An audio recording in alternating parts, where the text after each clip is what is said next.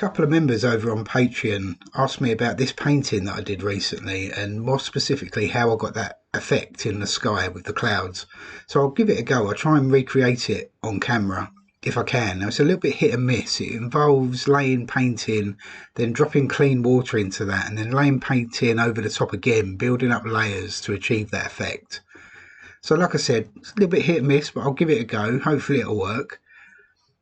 So I'll start out, I've just put in a very simple horizon line so I know where to come down to with the sky.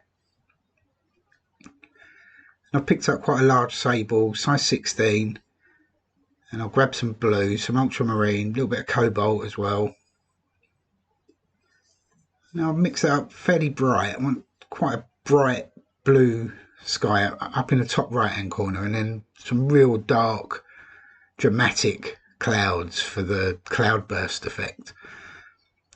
So lay some of that blue in, allow it to break up a little bit as well, so you get those tiny little hard edges, and that's quite nice contrasted with the softness of the big cloud. Anyway, the soft areas in that and then the hard edges in this area, it's quite a nice contrast.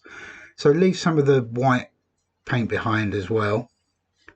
I'll pick up some of this grey that I've got in the palette from another painting, touched a little bit of raw sienna into that, and bring that straight in, touch some of these blue areas, but make sure I leave little bits of white behind, a little bit more raw sienna into that.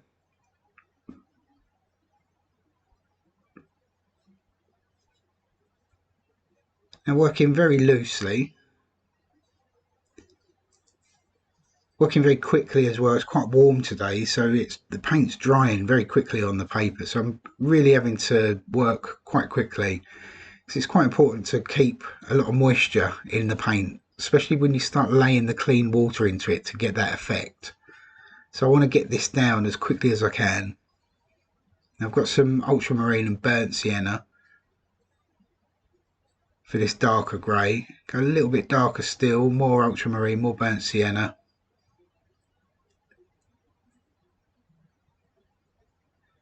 Now dragging this paint in, pretty much keeping it at a 45-degree angle.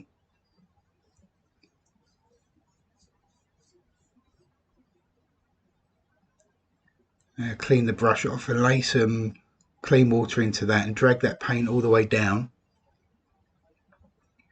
Bring it down to the horizon line where I put that pencil mark in.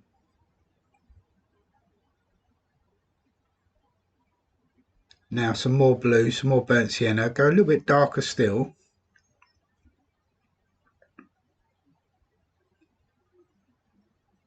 So really getting that really deep rain cloud colour now.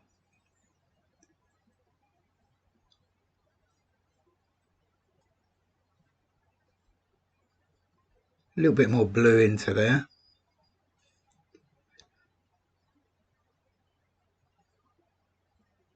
And now I can see already that's drying as soon as it hits the paper, so I'm really having to work quickly now. So drop a bit more of that dark blue grey into there.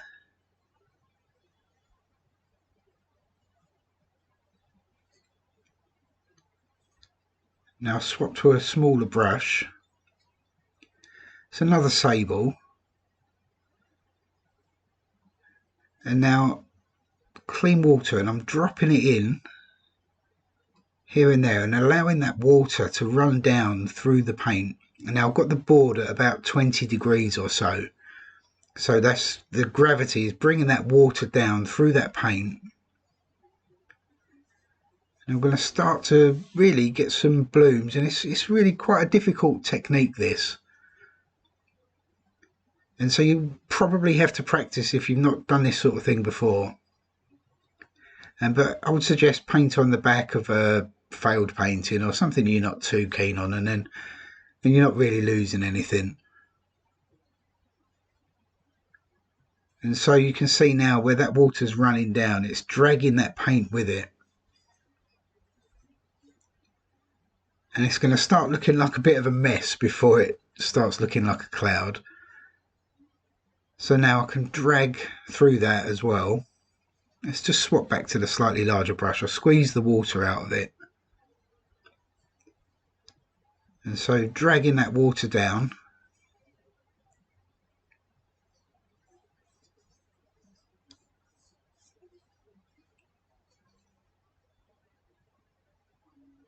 and so like I said, it's all about trying to get the effect, or try and make it look like there's a big heavy rain cloud and it's dumping rain off in the distance across a marsh. It's going to be a marsh scene, so now let's just lay a little bit more water down underneath.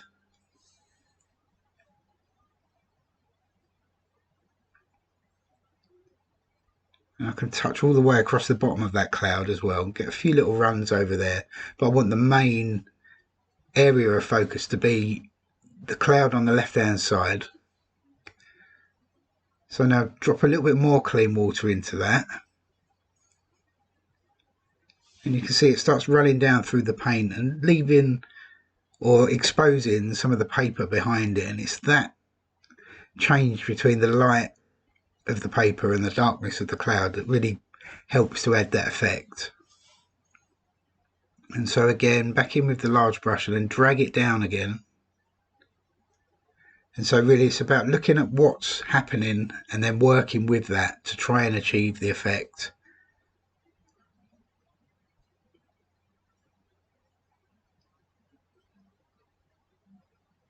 Now I'll pick up some of that darker paint in the palette. I can lay some in above in that cloud to close off that area, because if otherwise it would just form a bloom and a hard edge, and I don't really want that.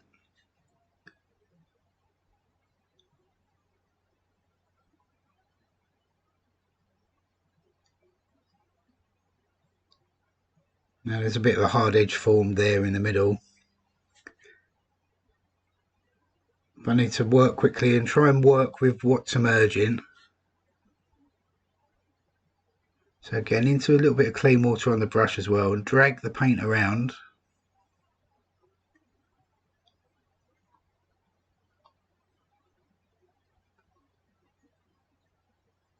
Now let's start working on some of the land. So I picked up some raw sienna, mixed that in with some of the blue in the palette. And now the idea is I get some of this cloud to run down across the land as well. I want the cloud on the left hand side to appear in front of the horizon. And that should help to get a nice sense of depth as well. It should push the area on the right hand side off into the distance. And then I want the distant hill or the distant tree line to sort of disappear behind that cloud. So laying this land in very quickly, raw sienna, little bits of blue, little bits of burnt sienna in there as well.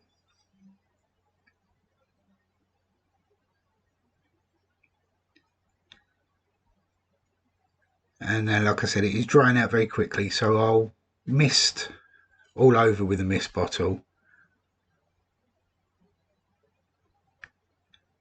Now I can go back in to the cloud again.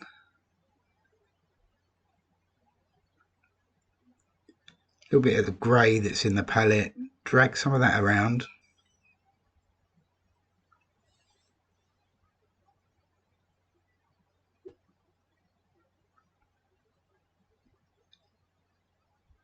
I can start teasing out some of that paint across the bottom of the cloud there, so it looks like the rain is squally and going off at an angle over in the distance.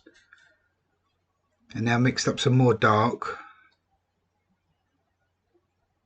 And again, I can lay that in on top. And it's still wet up there, so it should start running down.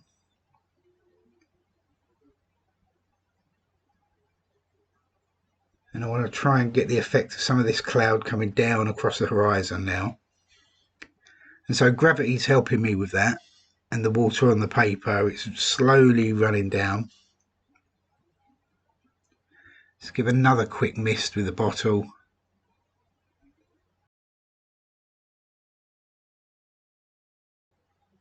Let's get a little bit of structure on the right hand side. That's looking a tiny little bit flat, so some slightly darker paint in there as well.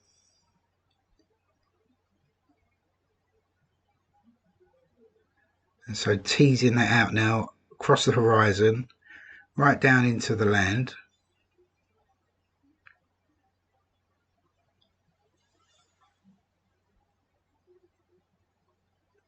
Now things are starting to take shape. It's not quite there yet, so just soften that edge off. And so it's all about really looking at where the water's going and making very quick decisions. And you have to practice quite a bit, like I said, if you're going to try and attempt this. And so back into the smaller brush again and just drop some more clean water in.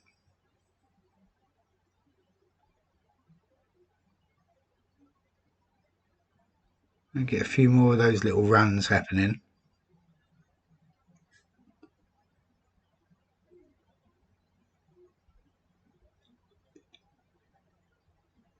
So get a real sense of drama. And it's all about these runs that come down, and like I said again a minute ago, that it's the way the water runs down through the paint, exposing some of the paper underneath, and you get those little areas of light contrasting against the real deep dark in the cloud, and that's what really makes it stand out.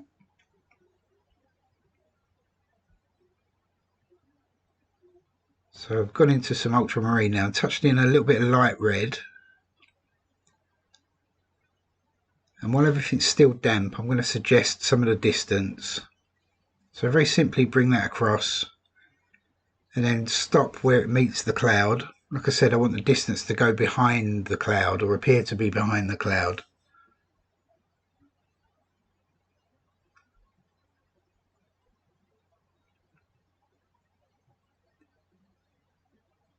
And so once again, gravity is starting to do a little bit of the work for me.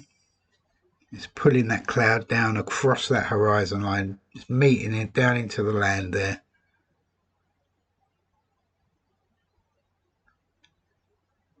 So let's get a few little more dark shapes in the land. A little bit more of that blue, some of that sky colour. I can lay some of that down. Leaving behind some little white areas again in the land. That's going to act as maybe some little areas of water, little puddles or little dried up creek. It's get quite dark down in the foreground.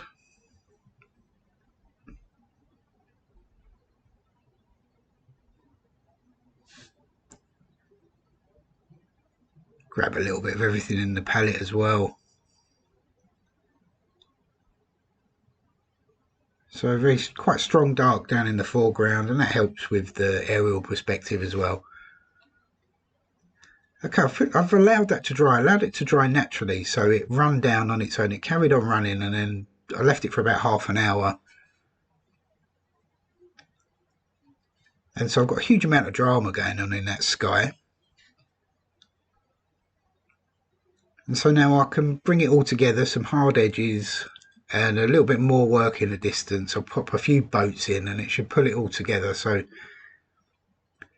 little tree line there off in the distance with some ultramarine, a little bit of light red again. And now where I'm meeting that cloud as it comes across the land, I can soften with a little bit of clean water. And so it looks like that cloud's a lot closer.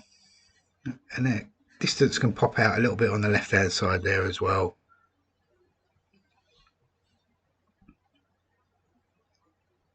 But again, soften that off where it meets the cloud, drag it through there a tiny little bit.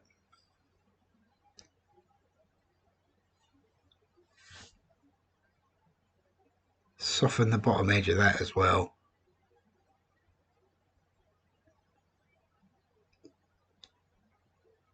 Let's pick up some of the palette greys and bring in tiny little bits of texture in this land. I don't want to do too much, did most of it in that first wash. It's just a few marks to bring it all together.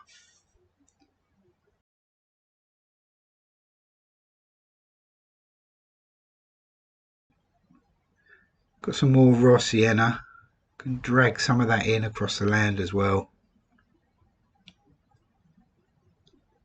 Mix that in with some of the blue.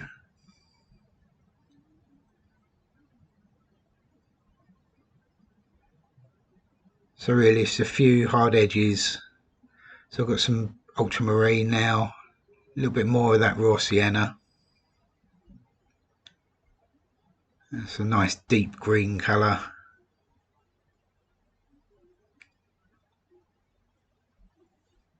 So being quite bold with these, getting really quite dark in the foreground.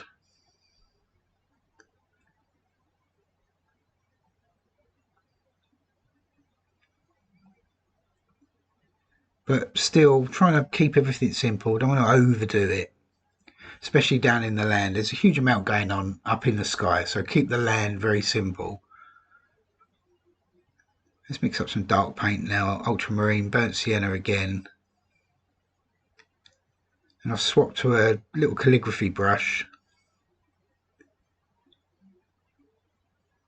And let's drag some of that dark in around the edges of these little white bits that I left behind. So let's going to act little sparkly bits of light, little bits of water. And that's dried off, I think, that distance, so I can bring in some little boat shapes there on the marsh.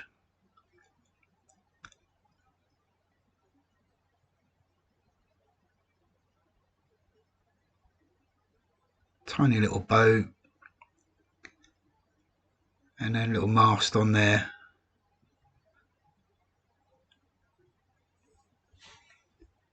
Keep these shapes very simple, little silhouettes.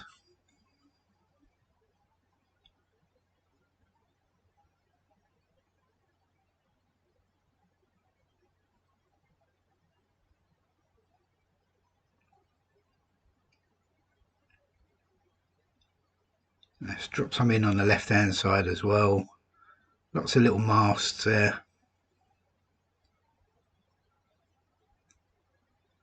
So zero detail really. Let's go a tiny little bit darker. And have a larger boat, a little bit closer. Left to centre. But again, very simple boat shape. Don't want to overdo it with the detail. But quite a strong dark, and then that's sitting definitely in front of that cloud. Tie it down into the land, a little bit of clean water across the bottom of that, and then drop a mast in again.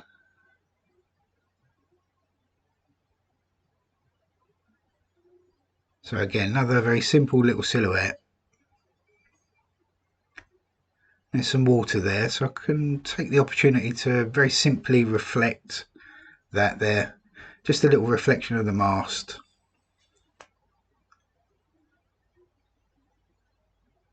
So a bit more burnt sienna into that mixture. And I'll tie it all in with a few hard edges, a few darks across the land, maybe a suggestion of some tiny little posts there. A little broken fence. But again, very simply suggested, nothing overstated at all.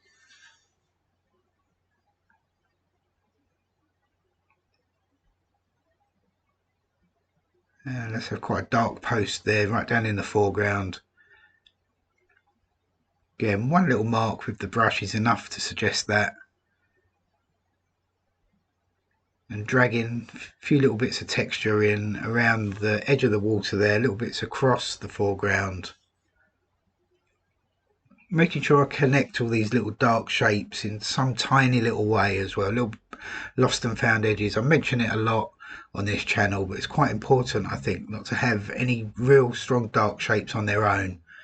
Tiny little connections across the land is enough. Let's put another little boat there, slightly leaning.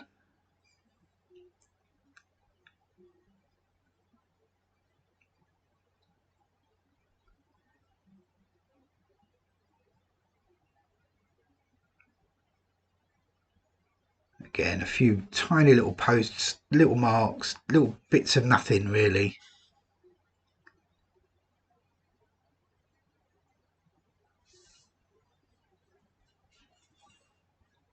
And let's flick up a few little vertical marks down in the foreground as well. A suggestion of some little bits of grass.